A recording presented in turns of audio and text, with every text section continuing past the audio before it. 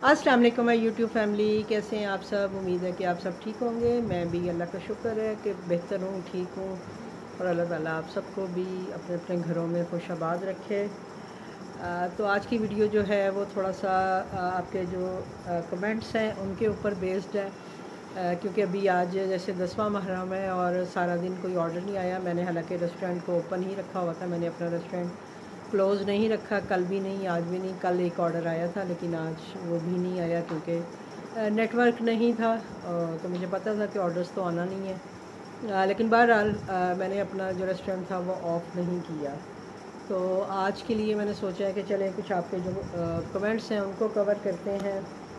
तो जो पहला कमेंट्स मैं कवर करूँगी वो ये है जी कि प्रो का मतलब पूछा था। तो प्रो का मतलब मुझे भी नहीं पता था कि क्या है। जब कस्टमर के नाम के आगे प्रो लिखा हुआ आता है तो फिर मैंने वो देखा है तो मुझे पता चला है कि जी वो इसलिए लिखा हुआ आता है कि जो कस्टमर ये ऑफ़र लेते हैं उनको डिलीवरी फ़ीस नहीं पड़ती।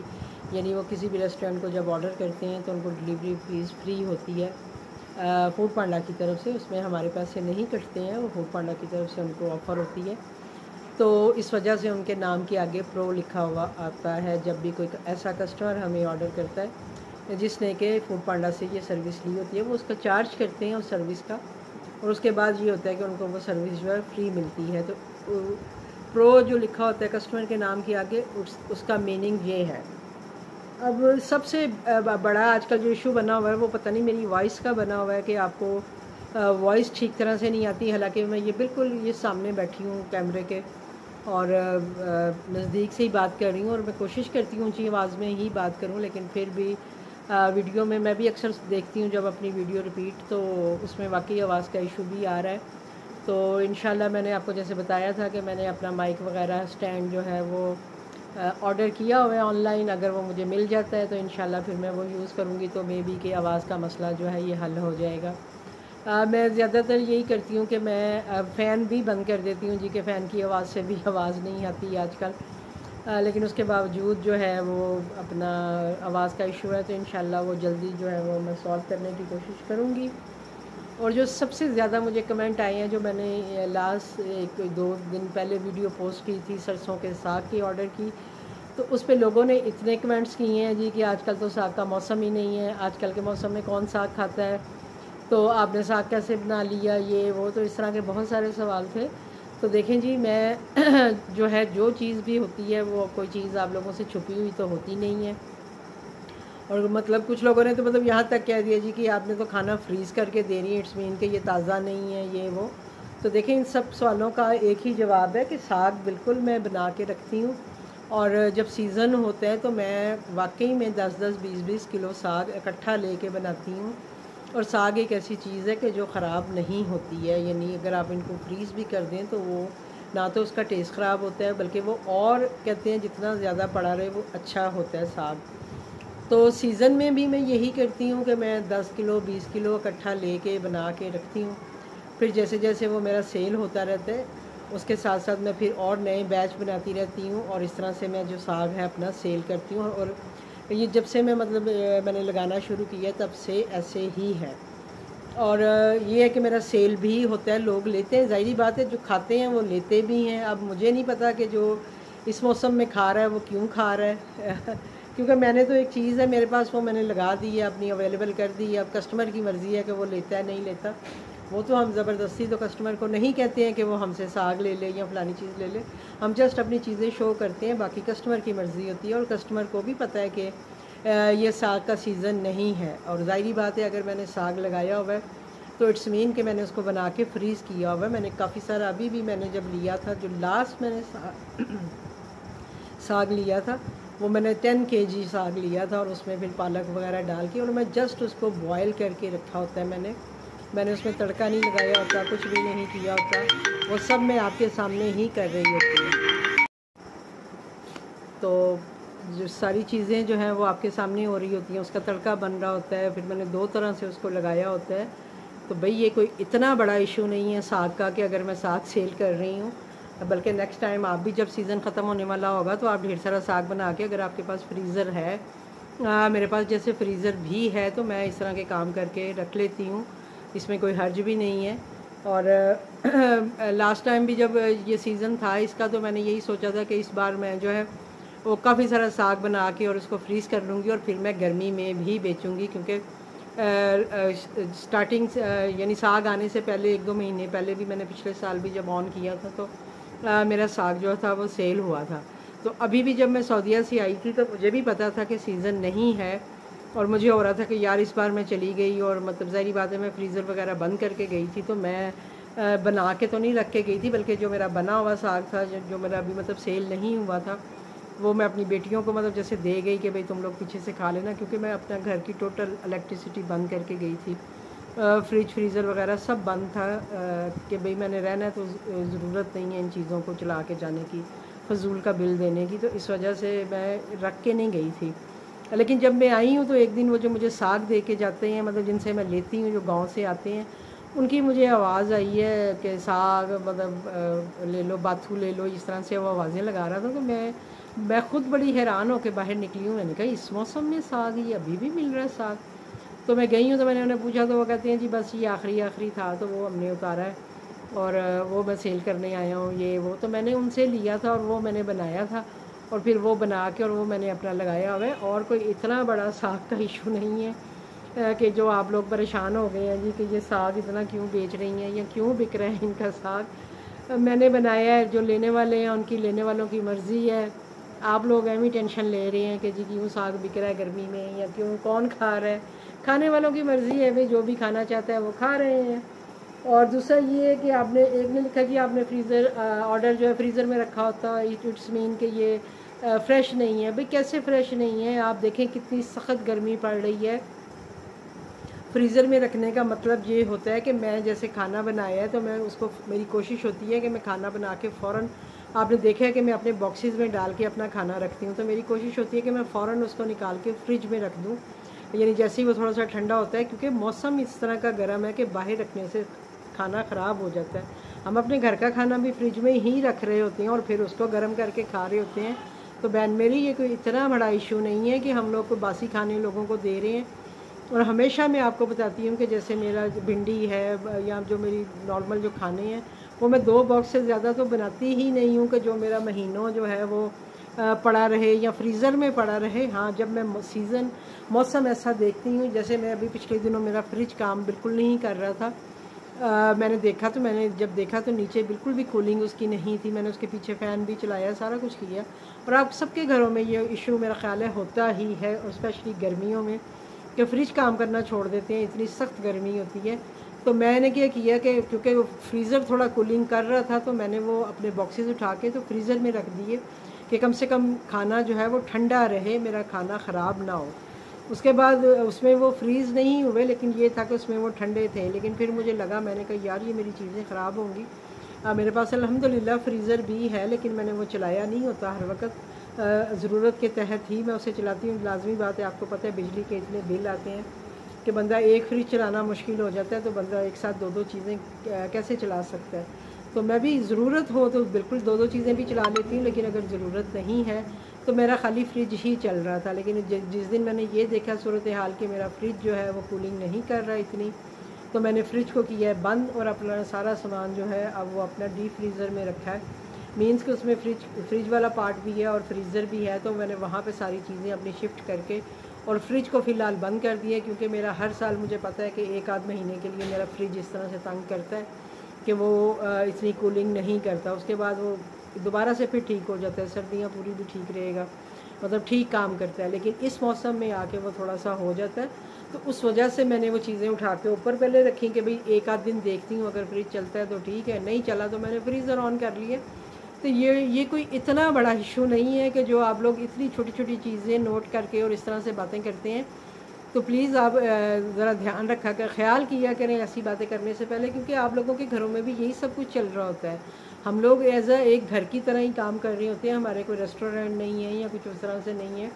जैसे आपके घरों में आपके फ्रीज़र चल रहे होते हैं या उसमें कभी कमी बेशी आ जाती है या आप कभी चीज़ों को ऊपर नीचे कर लेते हैं, तो इसी तरह हम लोग भी करते हैं। इसका हरगिज़ ये मतलब नहीं है।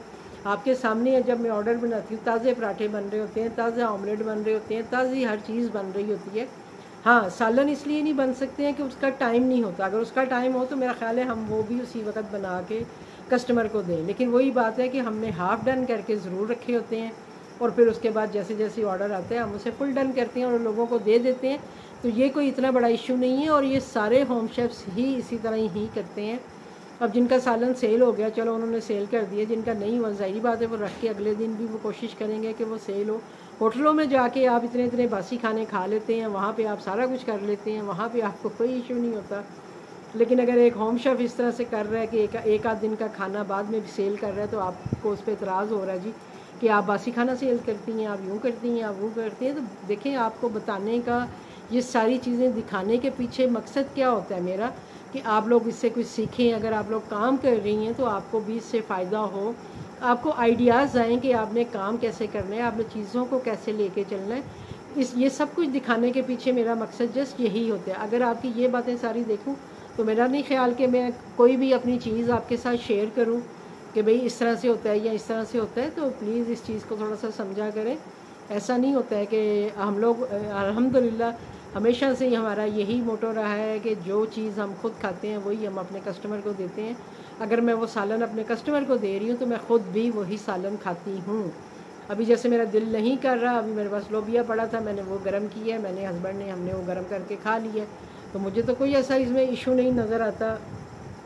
पता नहीं आप लोगों को क्यों इतना जो है वो इसमें इशू आप बना देते हैं इन चीज़ों को, छोटी छोटी चीज़ों पे इस तरह से कमेंट करने लग जाते हैं। तो प्लीज़ इससे ज़रा गुरेज किया करें, इस तरह के कमेंट करने से पहले एक घर की तरह ही लिया करें कि जैसे मैं आपको अपनी फैमिली की तरह लेती हूँ तो प्लीज़ आप मुझे भी अपनी फैमिली ही समझा करें। और फैमिली में ये सारा कुछ चलता है, जो कुछ भी हम दिखा रहे होते हैं। गंदी चीज़ें भी नज़र आ रही होती हैं, बाज़ दफ़ा आपका किचन भी थोड़ा सा अनटाइडी होता है।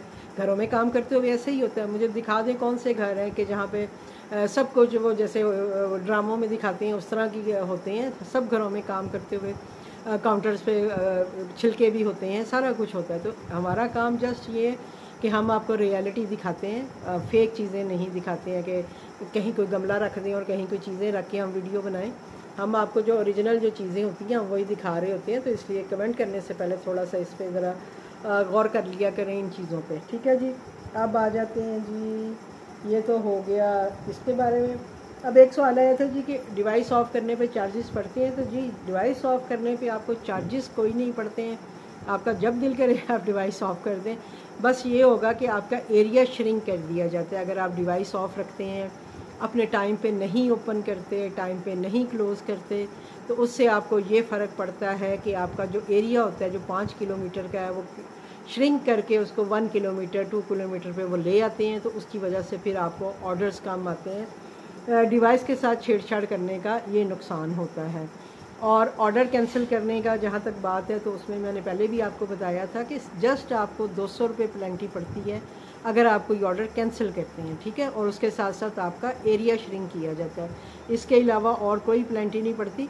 जो 400 मैंने आपको बताई थी वो ये बताई थी कि जो हमारे मैनेजर्स हैं उन बेचारों की हमारा ऑर्डर कैंसिल करने की वजह से 200 रुपया वो हमारे पैसों में से काटते हैं और 400 रुपया वो जो हमारे मैनेजर्स हैं उनकी पे में से कटता है। ये मैंने आप लोगों को बताया था कि हमारा सिर्फ 200 कटता है, तो वो उन बेचारों की भी शामत आती है। तो मैंने इसलिए थोड़ी सी रिक्वेस्ट की थी कि प्लीज़ कोशिश किया करें कि ऑर्डर कैंसिल ना करें, आप चीज़ ऑफ़ कर दें। आप बेशक अनअवेलेबल चीज़ें करें अपनी, लेकिन ऑर्डर कैंसिल ना किया करें, ठीक है जी। और दूसरा ये था जी कि ऑर्डर जो मतलब कस्टमर कैंसिल करते हैं तो उसकी हमें हाफ़ पेमेंट मिलती है। हाफ़ पेमेंट जो है वो फूड पांडा नहीं देता, ये भी उनकी मेहरबानी है। बाज़ दफ़ा होता है कि खाना भी हमारे पास वापस आता है, या ये भी होता है कि जैसे खाना अभी आपके पास ही पड़ा हुआ है लेकिन कस्टमर ने कैंसिल कर दी है, तो उस सूरत में भी आपको हाफ़ पेमेंट मिलती है फूड पांडा की तरफ से, जो कि कोई कस्टमर कैंसिल करे। जब आप कैंसिल करती हैं तो आपको 200 रुपया उसकी पेनल्टी पड़ती है। अब कुछ लोग हैं जो मुझसे अपना नंबर मांगते हैं मेरा कि भाई अपना नंबर दे दें। तो अब मैं क्या करूं, मैं कितने लोगों को अपना नंबर दूं। मेरा अक्सर नंबर होता है वीडियोस में भी, काफ़ी सारे कमेंट्स में भी होता है। तो मैं पूरी कोशिश करती हूं कि आप लोगों की हेल्प कर सकूं, इसीलिए मैं ये सारी वीडियोस बना रही होती हूं आप लोगों के लिए। आपको जो पूछना है आप मुझसे पूछ सकते हैं, आप मेरी वीडियोज़ उठा के देख सकते हैं। पूरी एक लिस्ट है मेरी वीडियोज़ की, जिसमें कि मैंने सारी चीज़ें बताई हैं आपको, और जो न्यू भी कुछ होता है वो भी मैं आपके साथ साथ साथ शेयर कर रही होती हूँ कि इसमें न्यू क्या क्या आ रहा है।